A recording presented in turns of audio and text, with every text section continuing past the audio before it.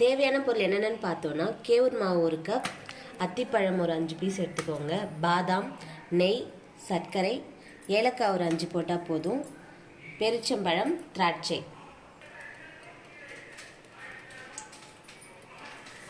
நெய் ஊற்றி அதில் எடுத்துக்கணும்.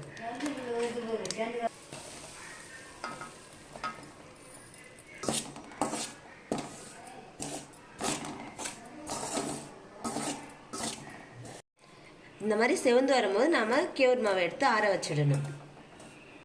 பாதாமையும் கொஞ்சம் செவற மாதிரி நம்ம வறுத்துக்கணும். எல்லாத்தையும் வறுத்து வச்சாச்சு.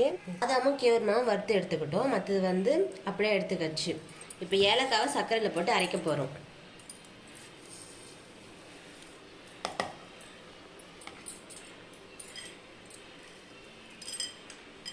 ஒரு 5 ஏலக்காய் போட்டால் போதும் வாசனைக்காக.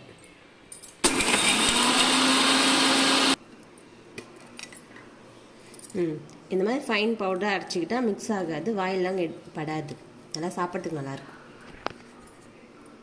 மிக்ஸ் பண்ணிக்கணும் நம்ம ஜாரில் போட்டு.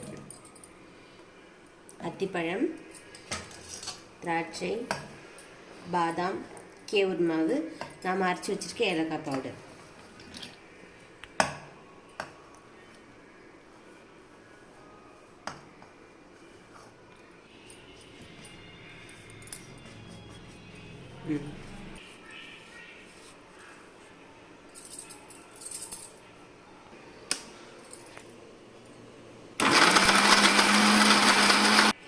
இந்த மாதிரி ஃபைனாக அரைச்சி வச்சுக்கணும்.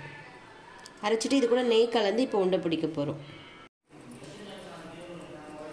இந்த மாதிரி சின்ன சின்ன உண்டையாக பிடிச்சிக்கிட்டிங்கன்னா சின்ன பசங்களாம் விரும்பி சாப்பிடுவாங்க.